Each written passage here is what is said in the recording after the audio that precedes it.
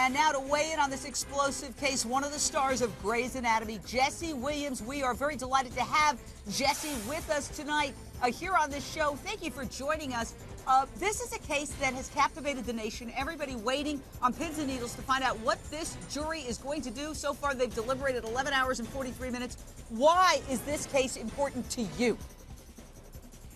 Well, I think it's important because people are tired. I think people feel tired of this criminalization of the black body. I mean, it's a tradition in this country, and people are kind of just feeling fatigued about constantly having to go through this all year, every year, since the beginning of this, the founding of this nation. This is a tradition in this country when people are able to go ahead and kill black people because they got sassed, because we were inconvenienced, and we become a victim of a fantasy. Your fantasy somehow has become more, and obviously I don't mean you, but this fantasy of what the black body does and can do has become more important than the reality, and we pay for it with our lives, and it's disconcerting, obviously. Well, I mean, some would hope that cases like this are an aberration and that the arc, toward justice is slow and bumpy, but it aims toward progress and equality and justice. We have an African-American president. I mean, as an African-American man, do you feel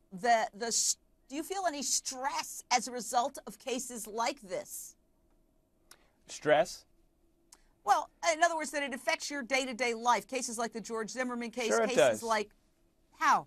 Sure it does. Well, I mean, and I will say, obviously, better than awful is an improvement, I guess, but it's still awful. And so these things are it's certainly going to continue to be frustrating. I think also what I find, people that I talk to, I spend a lot of my time doing a lot of work around creating opportunity, access, and education for people of color, particularly black males. And in the conversations that I'm having and the work that we're doing, we find that people are also looking to find support and not feel like we are the only ones, and kind of tired of feeling like this is a black problem. It's not a black problem. This is a white problem.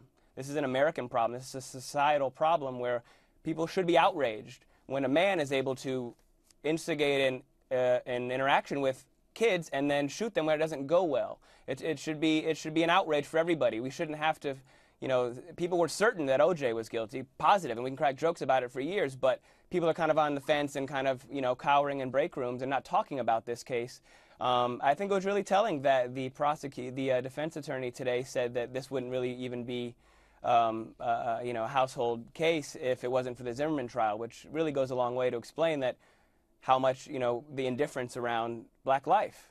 So we're only talking about this not because a life was lost or because a man shot 10 bullets into a car full of children, but because of some other case. I mean, that says more about him than anybody else. Well, it's interesting because you're a star of Grey's Anatomy, and many feel that we do have a two-tiered system of justice in this country, but it's one for the rich and famous and the other for everybody else. And a lot of people think that the criteria for being treated favorably in the courts isn't so much race as it is power, privilege, fame, wealth. You would, under any Sure. criteria, be considered part of the power privilege group. You're famous, Sure. You're handsome, you're a star of a hit show. Why do you feel also perhaps disenfranchised despite all your success? Because I don't think of just me. I think of a collective group of people. And while privilege is very real, whether it's a class issue that obviously exists, I think that's another thing. I'm glad you bring that up, because this idea of having to explain why it's racial while we're standing in our own blood is silly, I think. It's racial because it doesn't happen to white people. Look at the crack laws. Look at the fact that 51% of crack users are white, but 95% of the people in jail for crack use are black. Look at the fact that prison is one of the most profitable and growing industrial complexes in this country, and they now have for-profit prisons that have a mandated 90% occupancy rate to make money. This is an industry, and these are all fingers on the hand of a gross injustice that's been happening in this country. It has not stopped. We're waiting for it to stop, and that will feel like a triumph. But it's not. There is no question that race is an issue when you look at the amount of boys that are being shot because you feel scared. The idea that feeling threatened is not the same thing as being threatened. It's not the same thing. We pretend that it is, but it's not. This fantasy that the boogeyman is out to get you. What if he was playing Bon Jovi? What if he was blasting Bon Jovi in that parking lot? Would he be able to have his life then? Would that be okay? Would he have gotten a thumbs up and this drunk can go walk back into, and I say drunk because he's drunk, not a criticism of people who are alcoholic, but if you're going to the gas station to get wine after having several rums, that he would have got a thumbs up and kept walking, he would be able to keep his life then. I mean, this is preposterous. I think that's the frustration that a lot of Americans are feeling, a lot of folks that I'm talking to, is that we have to keep fighting to be heard and to be treated as human beings. This is not close, this case. This guy is a sociopath. He goes to jail next.